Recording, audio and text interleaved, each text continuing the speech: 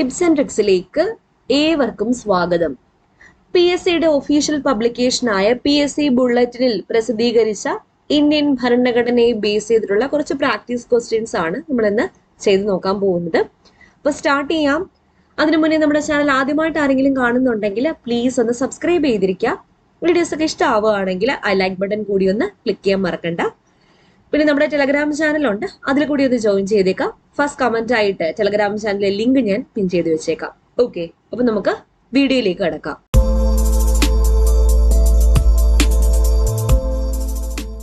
ആദ്യത്തെ ചോദ്യം, ഇന്ത്യയുടെ മൗലിക അവകാശങ്ങൾ ഇതര വികസിത രാജ്യങ്ങളിൽ നിന്നും വ്യത്യസ്തമായി പൂർണ്ണമല്ലാതെ നിൽക്കുന്നത് എന്തിന് വിധേയമായതുകൊണ്ടാണ്? അപ്പൊ ഇന്ത്യയുടെ ഫണ്ടമെന്റൽ റൈറ്റ്സ് ഇതര വികസിത രാജ്യങ്ങളിൽ നിന്നും വ്യത്യസ്തമായി പൂർണ്ണമല്ലാതെ നിൽക്കുന്നത് ന്യായമായ നിയന്ത്രണങ്ങൾക്ക് വിധേയമായത് കൊണ്ടാണ്. അതായത് റീസണബിൾ റെസ്ട്രിക്ഷൻസ്, കുറച്ച് റെസ്ട്രിക്ഷൻസിന് വിധേയമായത് കൊണ്ടാണ് ഇതര വികസിത രാജ്യങ്ങളിൽ നിന്നും ഇന്ത്യയുടെ മൗലിക അവകാശങ്ങൾ വ്യത്യസ്തമായി പൂർണ്ണമല്ലാതെ നിൽക്കുന്നത്. മൗലിക അവകാശങ്ങളെ ഒരു നിയമനിർമ്മാണം കൊണ്ട് എടുത്തു കളയാവുന്നതാണ്. ശരിയാണോ? മൗലിക അവകാശങ്ങളെ ഒരു നിയമനിർമ്മാണം കൊണ്ട് എടുത്തു കളയാൻ പറ്റില്ല. ഇത് തെറ്റായിട്ടുള്ള പ്രസ്താവനയാണ്, തെറ്റാണ്. SC/ST വിഭാഗങ്ങൾക്ക് ഉദ്യോഗ കയറ്റത്തിൽ സംവരണം എന്നത് അനുച്ഛേദം 16(4) പ്രകാരം അനുവദിക്കാവുന്നതല്ല. ഈ പ്രസ്താവന ശരിയോ തെറ്റോ? ഈ പ്രസ്താവന തെറ്റാണ്. ഇപ്പൊ SC/ST വിഭാഗങ്ങൾക്ക് ഉദ്യോഗ കയറ്റത്തിൽ സംവരണം എന്നത് 16(4) പ്രകാരം അനുവദിക്കാവുന്നതാണ്. അപ്പൊ ആർട്ടിക്കിൾ 16(4) എന്താ പറയുന്നത്? സംസ്ഥാനത്തിന് കീഴിലുള്ള സേവനങ്ങളിൽ മതിയായ പ്രാതിനിധ്യം ഇല്ലാത്ത ഏതെങ്കിലും പിന്നാക്ക വിഭാഗത്തിലുള്ള പൗരന്മാർക്ക് അനുകൂലമായ നിയമനങ്ങളിലോ തസ്തികകളിലോ സംവരണം ഏർപ്പെടുത്താം എന്നുള്ളതാണ് 16(4) കൊണ്ട് ഉദ്ദേശിക്കുന്നത്. അടുത്ത ചോദ്യം, ദേശീയ അടിയന്തരാവസ്ഥയുടെ 50-ാം വർഷം 2025-ലാണ്. 2025. പ്രധാനമന്ത്രി ഇന്ദിരാഗാന്ധി രാജ്യത്തുടനീളം അടിയന്തരാവസ്ഥ പ്രഖ്യാപിച്ച 1975 മുതൽ 1977 വരെയുള്ള 21 മാസക്കാലമായിരുന്നു ഇന്ത്യയിലെ അടിയന്തരാവസ്ഥ കാലഘട്ടം എന്ന് പറയുന്നത്.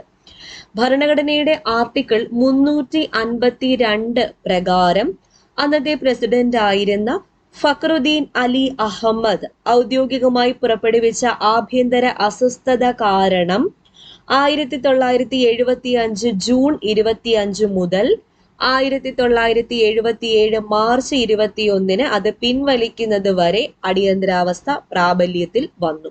അപ്പോൾ ഇന്ദിരാഗാന്ധിയുടെ കാലത്തായിരുന്നു പ്രഖ്യാപിച്ചത്. അന്നത്തെ പ്രസിഡന്റ് ആയിരുന്ന ഫക്രുദ്ദീൻ അലി അഹമ്മദ് ആണ്.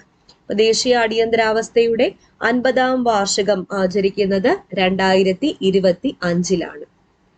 താഴെ പറയുന്നവയിൽ ഏതാണ് റിട്ട് അല്ലാത്തത്? റിട്ട് അല്ലാത്തത് ഇൻജങ്ഷൻ ആണ്. 5 ടൈപ്പിലെ റിട്ടുകൾ ഏതൊക്കെയാ?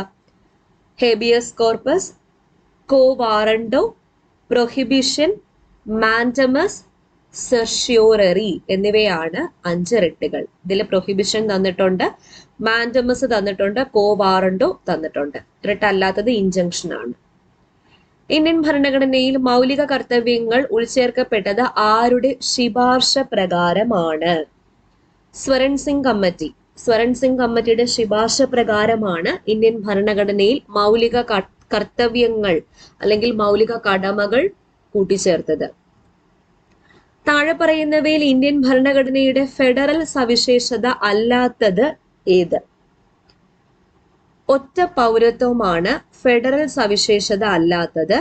സ്വതന്ത്ര ജുഡീഷ്യറി, ഭരണഘടനയുടെ മേൽക്കോയ്മ, ബൈക്യാമറൽ നിയമസഭ ഇതെല്ലാം ഫെഡറൽ സവിശേഷതയിൽ ഉൾപ്പെടുന്നതാണ്. സ്വതന്ത്ര ജുഡീഷ്യറി, ഭരണഘടനയുടെ മേൽക്കോയ്മ, ബൈക്യാമറൽ നിയമസഭ. ഭരണഘടനയിലെ മൗലികാവകാശങ്ങളിൽ ചിലതൊഴികെ ദേശീയ അടിയന്തരാവസ്ഥ പ്രഖ്യാപിക്കപ്പെട്ടാൽ സസ്പെൻഡ് ചെയ്യപ്പെടും. ഈ പ്രസ്താവന ശരിയാണോ തെറ്റാണോ? ശരിയാണ്.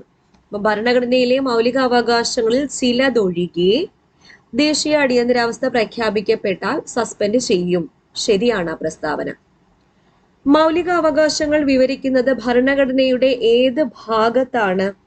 ഭാഗം 3 മൗലിക അവകാശങ്ങൾ വിവരിക്കുന്നത്. മൗലികാവകാശങ്ങളെല്ലാം ഇന്ത്യൻ പൗരന്മാർക്ക് മാത്രം ലഭിക്കുന്നതാണ്. ഈ പ്രസ്താവന ശരിയോ തെറ്റോ? തെറ്റാണ്. മൗലികാവകാശങ്ങളെല്ലാം ഇന്ത്യൻ പൗരന്മാർക്ക് മാത്രം ലഭിക്കുന്നതാണ്. ഈ പ്രസ്താവന തെറ്റാണ്. പക്ഷെ അതില് ഒരു കാര്യമുണ്ട്. ഫണ്ടമെന്റൽ റൈറ്റ്സ് ആർട്ടിക്കിൾ 15, 16, 19, 29, 30 ഇത് ഇന്ത്യൻ സിറ്റിസൻസിന് മാത്രം ഉള്ളതാണ്. ഏതൊക്കെയാണ്? 15, 16, 19, 29, 30 എന്നിവ ഇന്ത്യൻ സിറ്റിസൻസിന് മാത്രം ഉള്ളതാ.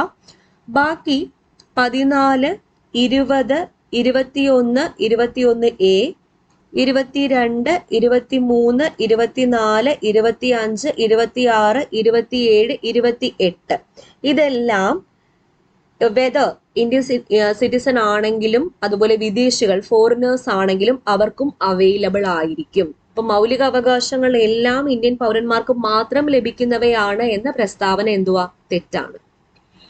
അനുച്ഛേദം 32(1) പ്രകാരം മൗലിക അവകാശങ്ങൾ നടപ്പിലാക്കാൻ സമീപിക്കേണ്ടത് ഏത് കോടതിയെയാണ്? സുപ്രീം കോടതിയെയാണ്. 32(1) പ്രകാരം സുപ്രീം കോടതിയെയാണ് സമീപിക്കേണ്ടത്. ഒരു ഉദ്യോഗസ്ഥനെ അയാൾ ചെയ്യേണ്ടുന്ന ഒരു ജോലി ചെയ്യാനോ ചെയ്യരുതാത്ത ഒരു കാര്യം ചെയ്യരുതെന്നോ നിർദ്ദേശിക്കുന്ന റിട്ട് ഏത്? മാൻഡമസ് ആണ്. മാൻഡമസ് റിട്ടാണ് ഒരു ഉദ്യോഗസ്ഥനെ അയാൾ ചെയ്യേണ്ടുന്ന ഒരു ജോലി ചെയ്യാനോ ചെയ്യരുതാത്ത ഒരു കാര്യം ചെയ്യരുതെന്നോ നിർദ്ദേശിക്കുന്ന റിട്ട്.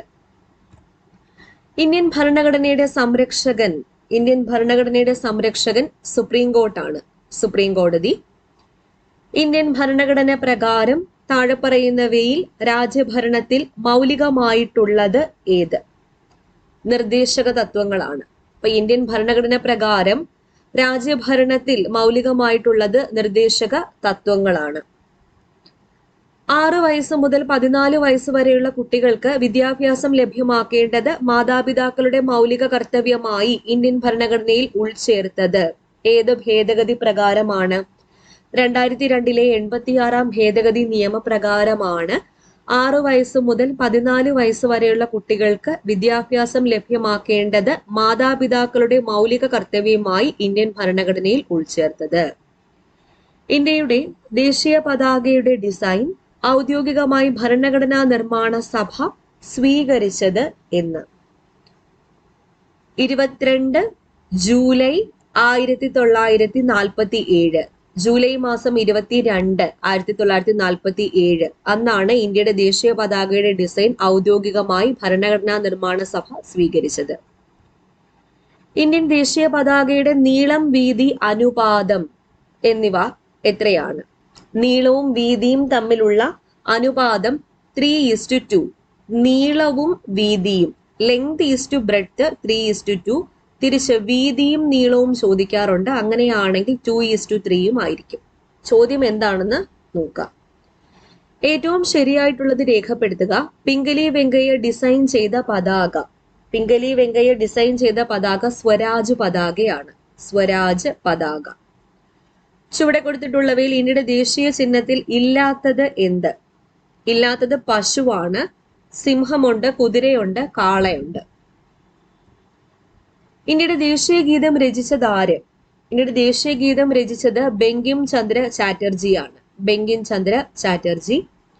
ദേശീയ ഗാനത്തിന്റെ വരികൾ ആദ്യമായി ആലപിച്ച കോൺഗ്രസ് സമ്മേളനം ഏതാണ്? 1911 കൊൽക്കത്ത സമ്മേളനത്തിലാണ് ദേശീയ ഗാനം ജനഗണമനയുടെ വരികൾ ആദ്യമായി ആലപിച്ചത്. ദേശീയ പതാകയോടുള്ള അനാദരവ് 1971 ദേശീയ മാനത്തോടുള്ള അപമാനങ്ങൾ തടയൽ ആക്ട് പ്രകാരം എത്ര വർഷം വരെ ശിക്ഷ ലഭിക്കാവുന്ന കുറ്റമാണ്? 3 വർഷം വരെ ശിക്ഷ ലഭിക്കാവുന്ന കുറ്റമാണ് ദേശീയ പതാകയോടുള്ള അനാദരവ് എന്ന് പറയുന്നത്. ദേശീയ മനുഷ്യാവകാശ കമ്മീഷൻ ഒരു നിയമാനുസൃത സ്ഥാപനമാണ്. സ്റ്റാറ്റ്യൂട്ടറി ബോഡിയാണ് ദേശീയ മനുഷ്യാവകാശ കമ്മീഷൻ എന്നത്. ദേശീയ മനുഷ്യാവകാശ കമ്മീഷൻ അധ്യക്ഷനാകുന്നത് എന്തായി വിരമിച്ച ആളാണ്? സുപ്രീം കോടതി ചീഫ് ജസ്റ്റിസ് അഥവാ സുപ്രീം കോടതി ജഡ്ജിയായി വിരമിച്ച ആളാണ് ദേശീയ മനുഷ്യാവകാശ കമ്മീഷന്റെ അധ്യക്ഷനാകുന്നത്. മുൻപ് സുപ്രീം കോടതി ചീഫ് ജസ്റ്റിസ് ആയിരുന്നു. ഇപ്പോൾ ഭേദഗതി വരുത്തി സുപ്രീം കോടതി ചീഫ് ജസ്റ്റിസ് അഥവാ സുപ്രീം കോടതി ജഡ്ജി. സംസ്ഥാനത്താണെങ്കിലും ഹൈക്കോടതി ചീഫ് ജസ്റ്റിസ് അഥവാ ഹൈക്കോടതി ജഡ്ജി ആയിരുന്ന വ്യക്തി, വിരമിച്ച വ്യക്തി. ദേശീയ മനുഷ്യാവകാശ കമ്മീഷനെ നിയമിക്കുന്നതിന് പ്രസിഡന്റിന് ശുപാർശ ചെയ്യുന്ന കമ്മിറ്റിയിൽ ഉൾപ്പെടാത്തത് ആര്? കേന്ദ്ര നിയമമന്ത്രിയാണ്. അപ്പൊ ആ കമ്മിറ്റിയിൽ ലോക്സഭാ സ്പീക്കർ ഉണ്ട്, ലോക്സഭാ പ്രതിപക്ഷ നേതാവുണ്ട്, രാജ്യസഭാ പ്രതിപക്ഷ നേതാവും ഉണ്ട്. ദേശീയ മനുഷ്യാവകാശ കമ്മീഷനെ നിയമിക്കുന്നതിൽ പ്രസിഡന്റിന് ശുപാർശ ചെയ്യാവുന്ന കമ്മിറ്റിയിൽ ഉൾപ്പെടാത്തത് കേന്ദ്ര നിയമമന്ത്രിയാണ്. ദേശീയ മനുഷ്യാവകാശ കമ്മീഷൻ അധ്യക്ഷനും അംഗങ്ങൾക്കുമുള്ള പ്രായപരിധി 70 വയസ്സാണ്. 70 വയസ്സ്. ദേശീയ മനുഷ്യാവകാശ കമ്മീഷൻ അധ്യക്ഷനും അംഗങ്ങൾക്കുമുള്ള പ്രായപരിധി എത്ര വയസ്സാ? 70 വയസ്സ്. തെളിയിക്കപ്പെട്ട ദുർനടപ്പോ കഴിവില്ലായ്മയോ കാരണത്താൽ ദേശീയ മനുഷ്യാവകാശ അധ്യക്ഷനെയോ അംഗത്തെയോ പിരിച്ചുവിടുന്നതിന് മുൻപ് വിഷയം ഇൻക്വയറി നടത്തുന്നതിനായി അയക്കേണ്ടത് എങ്ങോട്ടേക്കാണ്? സുപ്രീം കോടതിക്കാണ് അയക്കേണ്ടത്. സുപ്രീം കോടതിക്ക്. സംസ്ഥാന മനുഷ്യാവകാശ കമ്മീഷനെ നിയമിക്കുന്നത് ആര്? സംസ്ഥാന മനുഷ്യാവകാശ കമ്മീഷനെ നിയമിക്കുന്നത് ഗവർണറാണ്. ഗവർണർ. സംസ്ഥാന മനുഷ്യാവകാശ കമ്മീഷൻ അംഗത്തെ പുറത്താക്കാൻ അധികാരമുള്ളത് ആർക്കാണ്? പ്രസിഡന്റിനാണ്.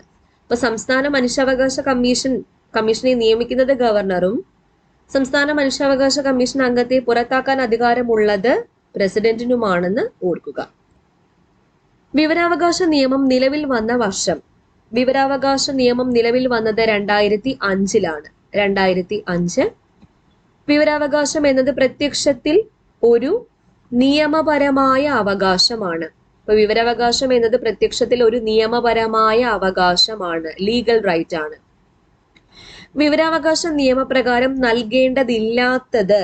നൽകേണ്ടതില്ലാത്തത് ഇവയെല്ലാം ഏതൊക്കെയാണ്?